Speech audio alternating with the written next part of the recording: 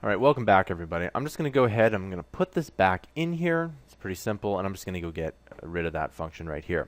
In this tutorial, I want to show you something called an if statement here, okay? And an if statement, all it does is it checks to see if something is true. So, for example, if I were to say, if you were to imagine your house and if the heat isn't on, then it's going to be cold. That's what an if statement is. So, and if the heat is on, it's going to be warm. So it checks for a condition and it has an action as a result. So usually you need some kind of variable, and I'm just going to set up a global variable, and I'll call this variable, we can call this variable number or cool number or something like that, right? And we'll make it equal to 1, right? So I will initialize it. All right, so we have cool number. Now, what I can do here is if I put in an if statement, all an if statement looks like is this. So we got if cool number. Now, by the way, what I'm about to show you, I could spend an hour talking about. I'm going to put double equals to 1, okay? And you need a curly bracket again. Okay, and I'm going to put all this in the curly bracket here. So if cool number is equal to 1, then it's going to execute this code. And if cool number doesn't equal 1, then it won't execute the code. So you can imagine that if we type in something here, like this, fun, it still works. But watch this. If I change cool number to 2, and I type in fun, guess what? It doesn't work because cool number is not equal to 1, and so this code doesn't get executed.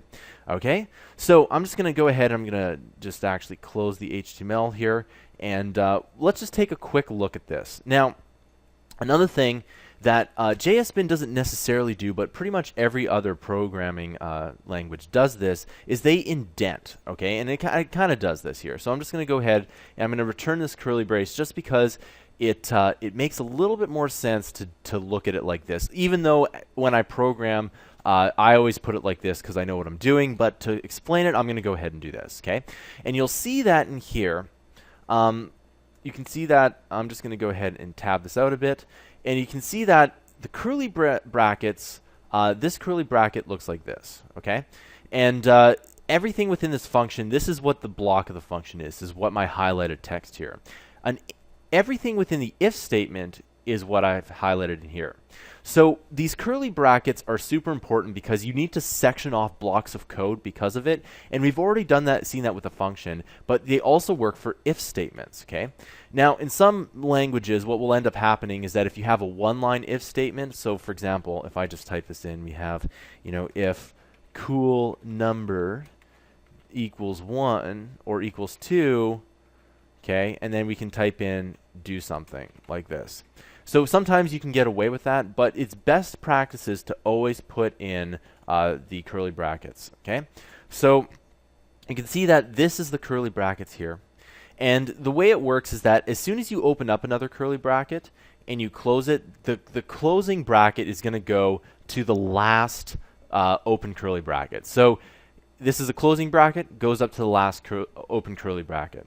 This is the last closing bracket. It's going to go up to the last curly bracket there, okay? So if cool number is equal to 1, it's going to do that. And we've equaled cool number is equal to 2, okay? Simple enough. And let's go make sure this works one more time. I'm just going to type in the word fun, and there we go. That's all it is, okay? So that is an if statement. I'll see you guys in the next tutorial.